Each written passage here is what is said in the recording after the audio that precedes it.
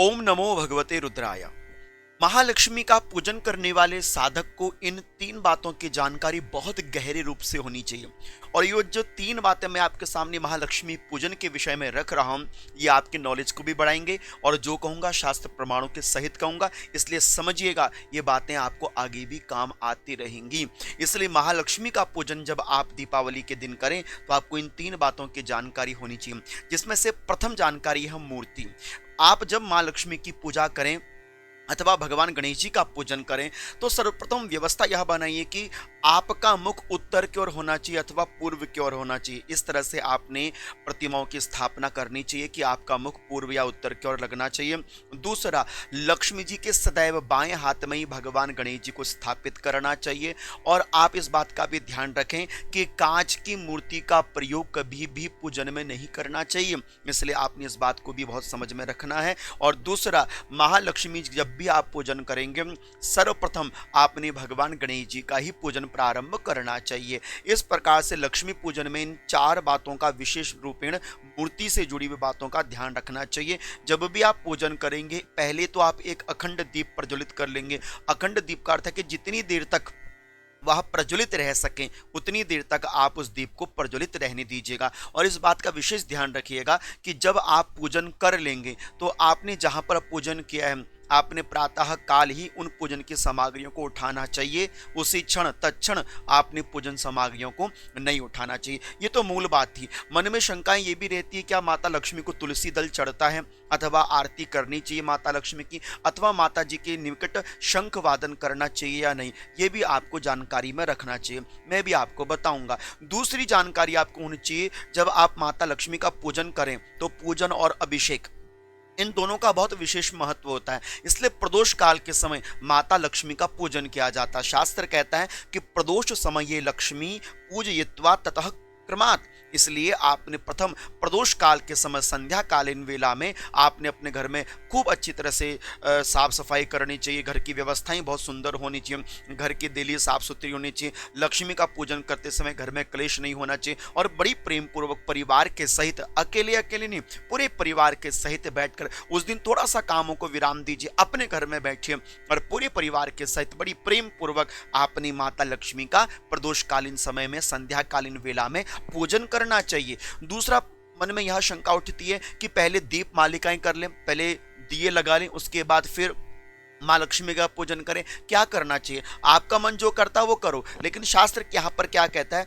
शास्त्र कहता है कि प्रदोष समये लक्ष्मी पूजयित्वा ततः क्रमात् दीप वृक्षाच दातव्या शक्त्या देव गृहेषु च। पहले महालक्ष्मी का पूजन कर लेना चाहिए, उसके तदुपरांत माता लक्ष्मी को 9 दीप अर्पित करने चाहिए। 9 दिए माता लक्ष्मी को अर्पित करने चाहिए। उसके तदुपरांत फिर आपने दीप मालिकाएं चारों ओर घर के इधर उधर दीप प्रज्वलित करनी चाहिए।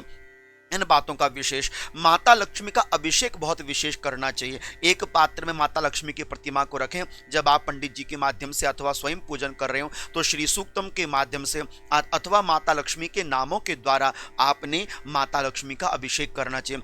अभिषेक में गन्ने के रस का प्रयोग करना चाहिए पहला। दूसरा, अनार के रस का प्रयोग करना चाहिए। तीसरा, आपने गाय के दुग्ध का प्रयोग करना चाहिए। चौथा, आपको गंधोदक, थोड़ा सा कुमकुम, चंदन इत्यादि मिक्स करके जल में डालकर आपने उसका प्रयोग करना चाहिए।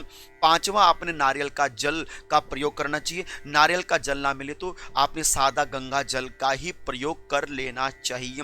तो आपने इन 5 चीजों के द्वारा, 5 द्रव्यों के द्वारा माता लक्ष्मी का विशेष अभिषेक करना चाहिए। और जब आप माता लक्ष्मी का अभिषेक कर लेवें उसके तदुपरांत माता लक्ष्मी को वस्त्र इत्यादि अर्पित करना चाहिए। सुहाग की सामग्री यदि हो सके तो माता जी को अर्पण कर दीजिएगा। और इस तरह से माता लक्ष्मी के निमित्त आपने पुष्प इत्यादि अर्पण करने चाहिए। माता लक्ष्मी को कमल का पुष्प अत्यंत प्रिय है। कमल के पुष्प के अभाव में आप 11 या अथवा 21 कमल गट्टे के दाने भी अर्पित कर सकते हैं। गुलाब के पुष्प हो, गुड़हल के पुष्प हो, आप माता लक्ष्मी को अर्पित कर सकते हैं। अथवा जो आपके पास उपलब्ध पुष्प है वह माता लक्ष्मी को अवश्यमेव अर्पित कर सकते हैं।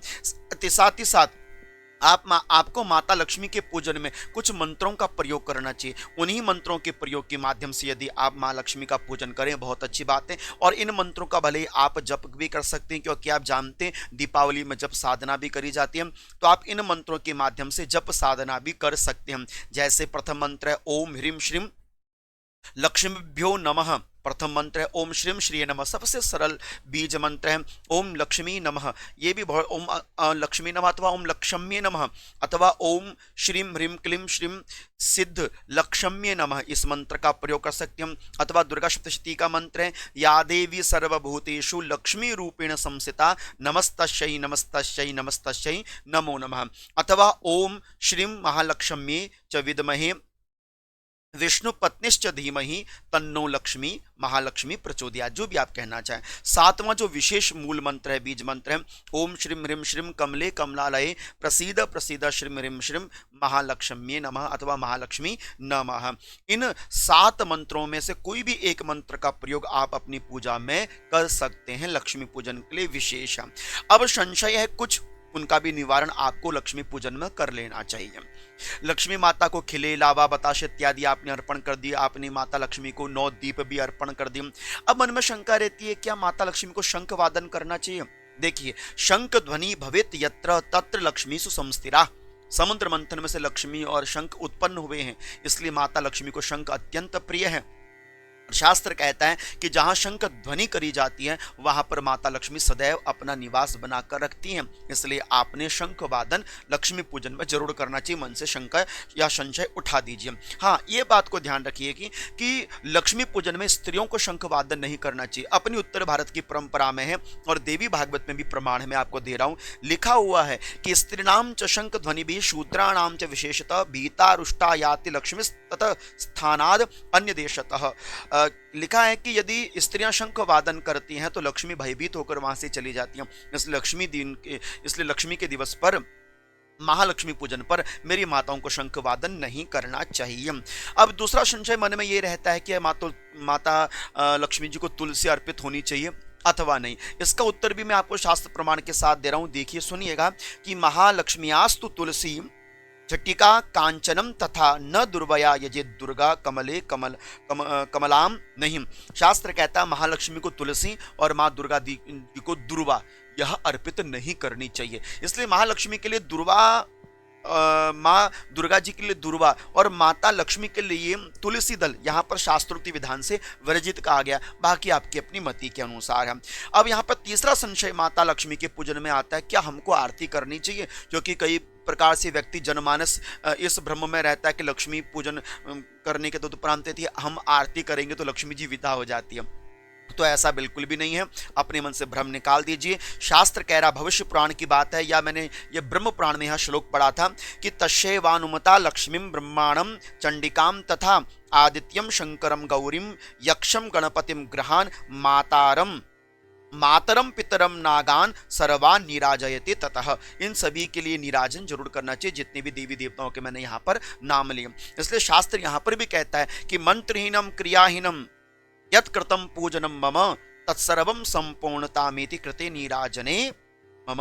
शास्त्र कह रहा है कि यदि पूजन पाठन में कहीं पर कोई भूल चूक त्रुटि रह जाए तो उस त्रुटि की पूर्ति आरती के माध्यम से होती है। इसलिए आरती का अर्थ विदा करना नहीं होता, आरती का अर्थ होता है कि भगवान को मनाना, भगवान की बलैया लेना, भगवान के निमित्त अपने कोई भी हमसे दोष अवगुण हो उनके लिए क्षमा याचना करना।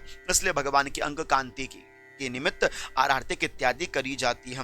इसलिए मैं यह आशा करता हूं कि जो विशेष जानकारियां मैंने महालक्ष्मी के पूजन से जुड़ी हुई आपके समक्ष रखी आपको अच्छी लगी होंगी। यदि वीडियो अच्छी लगी तो अवश्य में इस वीडियो को आगे शेयर जरूर कर दीजिएगा। ओम नमो भगवते रुद्राय, ओम नमो भगवते रुद्राय।